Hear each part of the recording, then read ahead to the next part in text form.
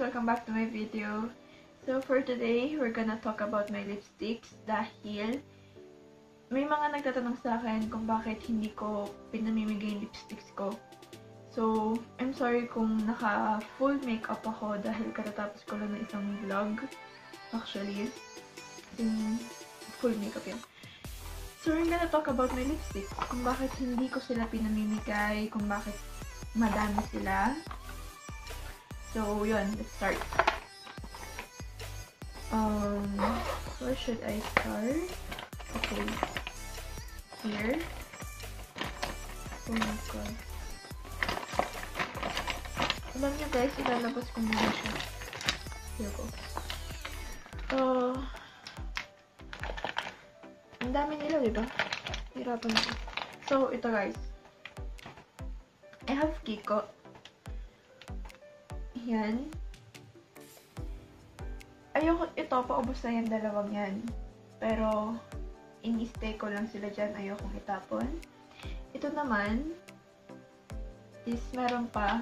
Ginagamit ko siya for minsan for my cheeks.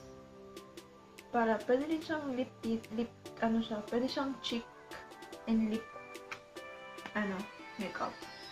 Kaya hindi ko to pinamigay dahil daming humihingi nitong shade na to sa akin. Kaya hindi ko siya pinamigay dahil ito yung binili ko for myself nung nag-summer job ako. Dahil that time, ang hilig ko sa lipsticks. So, yun.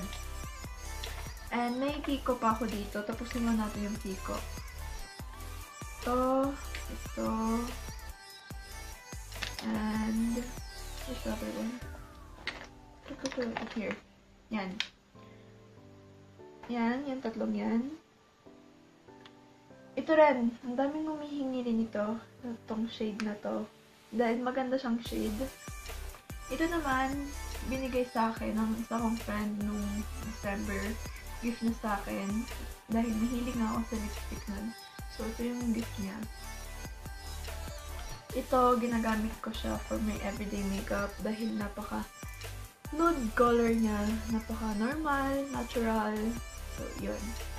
Ito naman, minsan ko lang siyang gamitin. As in, once in a blue moon ko lang siyang gamitin. Pero, hindi ko siya pinamimigay. Ito rin, hindi ko pa ito nagagamit. Dahil super pink niya. As in, alam mo yung mga lipstick ni Barbie. Yan yun.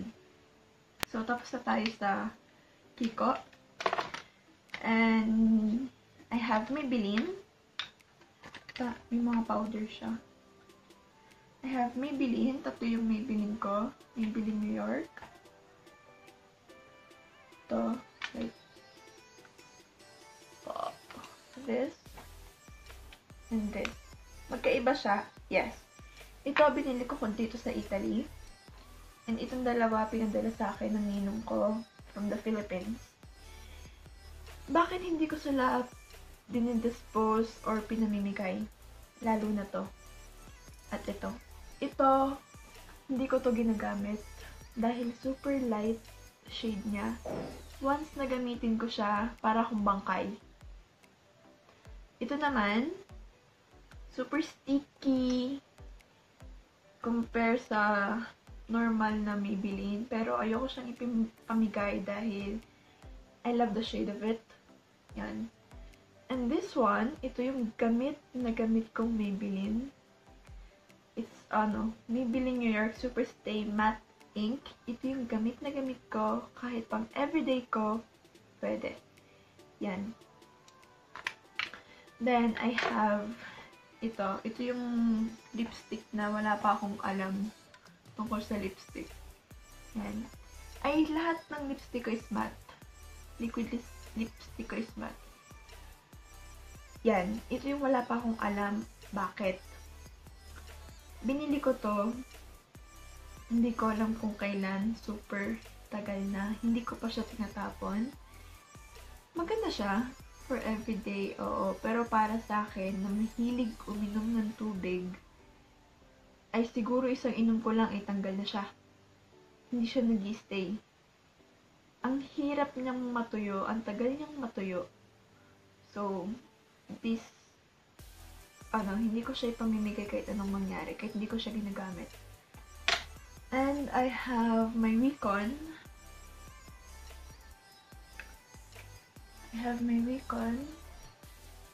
Ito, bigay sa akin nung 18th birthday ko. With matching pencil pa yan. Ito yung yung mga lipstick na, ito, suot ko to kaninang umaga.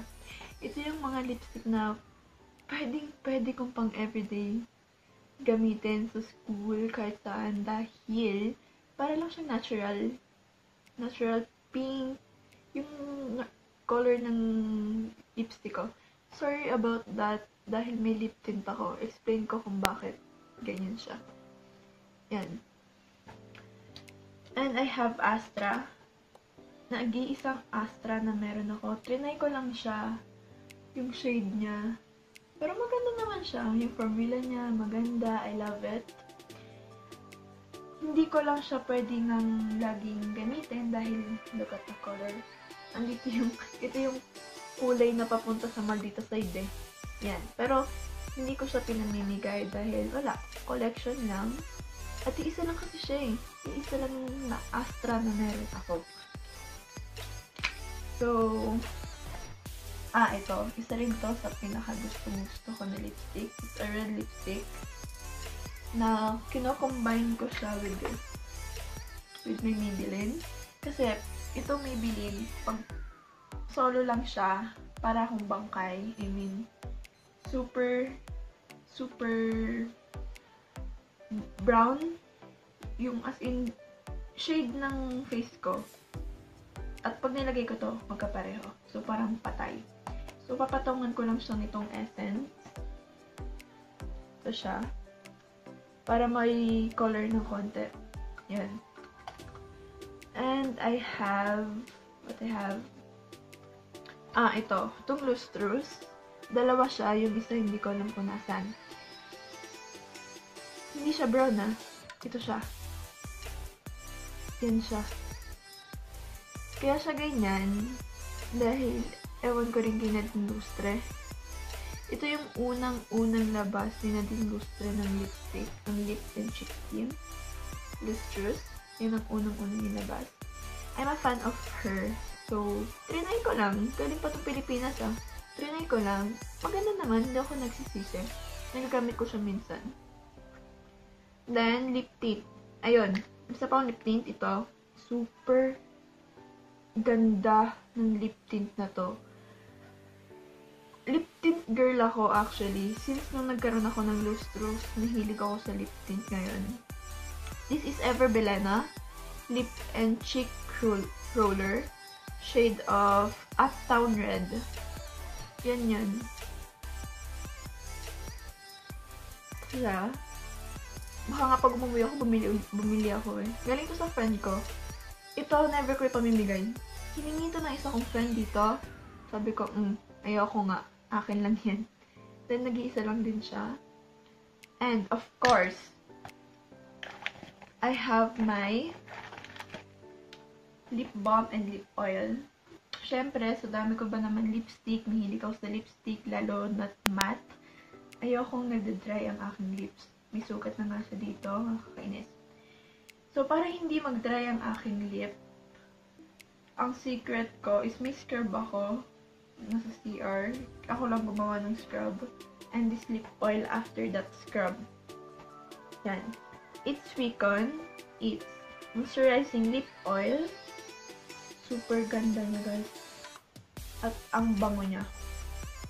And I have this. It's a lip balm with SPF 25. There.